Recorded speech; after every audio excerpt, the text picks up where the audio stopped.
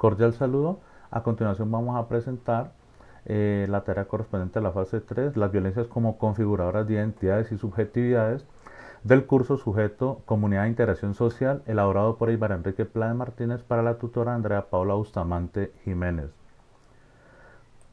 Bueno, iniciamos diciendo que este ejercicio nos permite reconocer formas y tipos de violencia estructurales, simbólicas y cotidianas que influyen y determinan la construcción de identidades y subjetividades de los individuos en determinados contextos y en culturas, ¿no? También que la matriz, el anexo nos permitió entender y reflexionar desde dos perspectivas. Uno, como una persona que lo ha percibido o que lo ha vivido tal vez, y otro como una persona que ha ejercido ese tipo de violencia. Pues a veces pudimos reconocer que consciente o inconscientemente ejercemos formas de violencia hacia grupos, personas, etcétera, ¿no?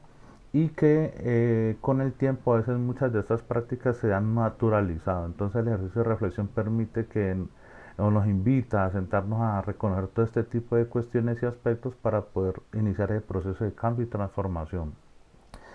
Eh, en teoría se puede decir que las violencias simbólicas, al no ser agresiones físicas directamente, se normalizan porque no se entienden precisamente como eso, como violencias, y entonces se generan discursos, estereotipos y prácticas que cambian a las personas en cuanto a cómo se perciben y cómo perciben a los demás.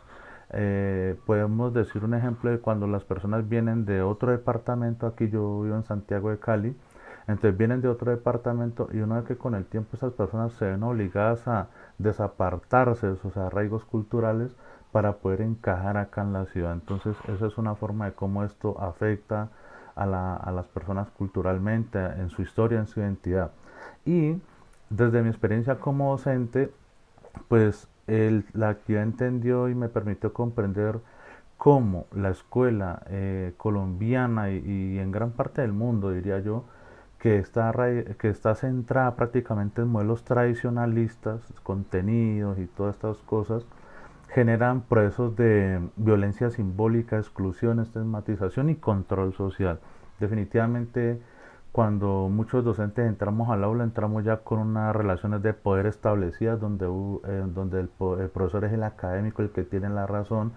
Además de eso, que imparte modelos eurocentristas, ¿no? Desconoce saberes contextuales o ancestrales y en general ejerce relaciones de poder sobre los estudiantes. Entonces existen muchas prácticas que pudimos analizar, tanto el trabajo académico, la relación con los estudiantes, las normas que se establecen en la escuela, que definitivamente representan formas de violencia simbólica y que nos trae como tarea iniciar los procesos de cambio y de transformación, ¿no? Es un poco como citando a Freire, iniciar esa liberación de estos estudiantes que son verdaderamente el futuro y no convertirlos en modelos de reproducción, porque para allá van nuestros estudiantes a hacer lo mismo que estamos haciendo nosotros y que han hecho con nosotros. Pues a nivel de violencia simbólica de identidades podemos decir que eso, reiteramos, son prejuicios, estigmas, prácticas naturalizadas y ese naturalizado se entiende como que eso minimiza, ¿no? La intención de violencia. Entonces, como ya se ha naturalizado el machismo, el hombre es el que manda, pues está bien hacerlo. Entonces hoy en día pues ya poco a poco se avanza en la ruptura de esos pensamientos, pero aún así las sociedades son altamente centradas en esos estigmas, prejuicios, contraculturas, territorios. Fíjese como el concepto que se tiene muchas veces en un departamento como el Valle de la Minga indígena, que es la que bloquea, que son guerrilleros.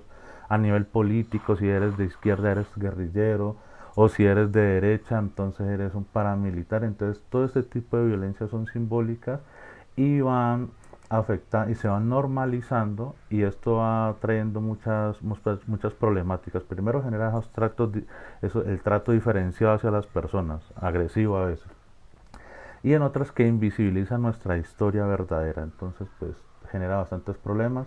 A nivel de identidad de género o sexualidad, pues el problema no es menor. Sobre todo las poblaciones más jóvenes hoy en día están en una sociedad bastante acelerada, están en una sociedad bastante acelerada y quieren encajar en algún grupo o sector social y el hecho de pertenecer o tener una identidad les genera resto de problemas y complicaciones, pues porque nosotros, vuelvo y le digo, el patriarcado, nuestros pensamientos o modelos machistas de sociedad no lo aceptan.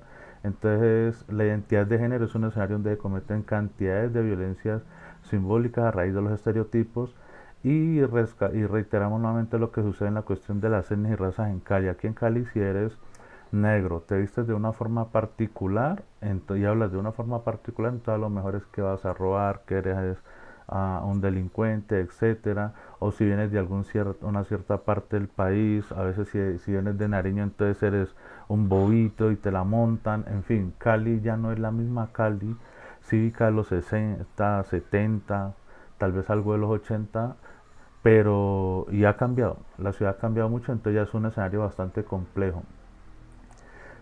Sobre violencias estructurales y cotidianas, pues lo económico, nada, el estrato determina en muchos ámbitos la forma en cómo te aceptan, te reciban y te traten. Particularmente yo vivo en la Comuna 20 de Cali, Siloé, específicamente en el sector de Brisas de Mayo, en el barrio Brisas de Mayo, pero pues bueno, Siloé se le llama a toda la Comuna 20, que es un error, y siempre que uno va desde estos sectores, lo asocian con eso. Depende de cómo uno entra al lugar, cómo uno habla. Entonces, este es de estrato uno, este viene de siglo este va a ser algo que no está bien. Entonces, sí, el estigma es muy grande para estas comunas y para estas zonas de la era y todo por la condición socioeconómica. Sobre la migración y la movilidad, pues un ejemplo muy claro están los venezolanos. Los venezolanos se han tenido que, por su condición toda sociopolítica, desde de su país, económica, han tenido que emigrar y vienen y son tratados como por dioseros, se les paga mal, se los trata de delincuente, etcétera. Son personas que sufren bastantes formas de violencia simbólica, donde los llevan básicamente a desapartarse de sus formas, de sus maneras de ser y adaptar nuevas para poder ser medianamente aceptados. La discapacidad pues también es otra forma muy clara de ver la violencia. Estas poblaciones son ridículos, la ridiculizan incluso, aunque se ha avanzado en la aceptación de este tipo de poblaciones, pero siguen siendo, yo voy a utilizar la expresión como esos bichos raros de la sociedad, ¿no? Esos enfermos que no pueden hacer tal cosa, que no pueden acceder a tal cosa. Entonces son personas que viven bastantes formas de violencia en en todos los contextos, ¿no? Y la violencia institucional, pues la burocracia que se ha establecido en las organizaciones definitivamente atenta contra la dignidad de la persona, ¿no? Los deshumaniza. ¿Cuántos trámites tiene que hacer una persona para acceder a un servicio médico? Y a veces el trato no es el mejor, el servicio no es el mejor y hay poblaciones que se quedan incluso por fuera porque simplemente no reciben toda la ayuda, la asesoría. Y a veces las personas o los servidores públicos por tener un cargo no lo entienden como una labor social de trabajar para o ayudar por al otro, sino porque tienen el poder de determinar qué sí o qué no y eso pues genera bastantes formas de violencia, ¿no? Reflexiones finales y generales de esta actividad pues que nos permite reconocer el ejercicio que la violencia no va solamente relacionada con acciones físicas con las que se agrega una persona, sino que son también formas simbólicas, discursos, prejuicios, prácticas, pensamientos, ideas, estigmas que se practican y que se ejercen sobre poblaciones, grupos o territorios, ¿no? Definitivamente la escuela es un escenario donde se reproducen las violencias simbólicas. Tenemos un pensamiento donde se buscamos hegemonizar a todos los estudiantes. La escuela todavía no entiende el concepto de diversidad y entonces eso hace que el profesorado cometa cantidad y los diseños curriculares cometan cantidad de atropellos contra los estudiantes, ¿no? Eh, También es importante comprender el papel de las víctimas y los agentes de violencia, pues porque esto genera una responsabilidad ética entre todos. El proceso de reflexión hay que hacerlo, hay que meditarlo, porque el hecho de que no seas consciente de que estés cometiendo violencia por no ser física no significa que lo estés haciendo.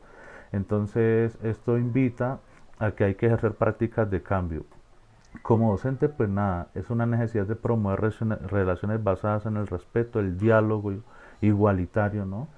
La empatía y sobre todo trabajar en el rescate de esos saberes ancestrales y saberes culturales que verdaderamente determinan nuestra identidad y apartarnos de esos modelos impuestos eurocentristas de Occidente que generan esos conflictos de identidad que sobre todo las nuevas generaciones viven en su día a día, ¿no? Entonces, en conclusión, pues hemos entendido cómo la violencia se puede ejercer de diferentes formas que no necesariamente son físicas, que tenemos la idea de generar, tenemos la obligación de generar procesos de cambio como futuros docentes o como docentes en ejercicio, tenemos que generar procesos de verdadera transformación donde generen procesos de liberación, aquí es un poco como citando a Freire, ¿sí? Para poder construir esas futuras generaciones que sean verdaderamente amantes de su historia, de sus territorios, de sus valores, que no discriminen, que no segreguen, que unan y que sobre todo construyan un mejor futuro. Entonces básicamente es como un análisis así muy a grosso modo de la actividad. Estas son las referencias. Muchísimas gracias.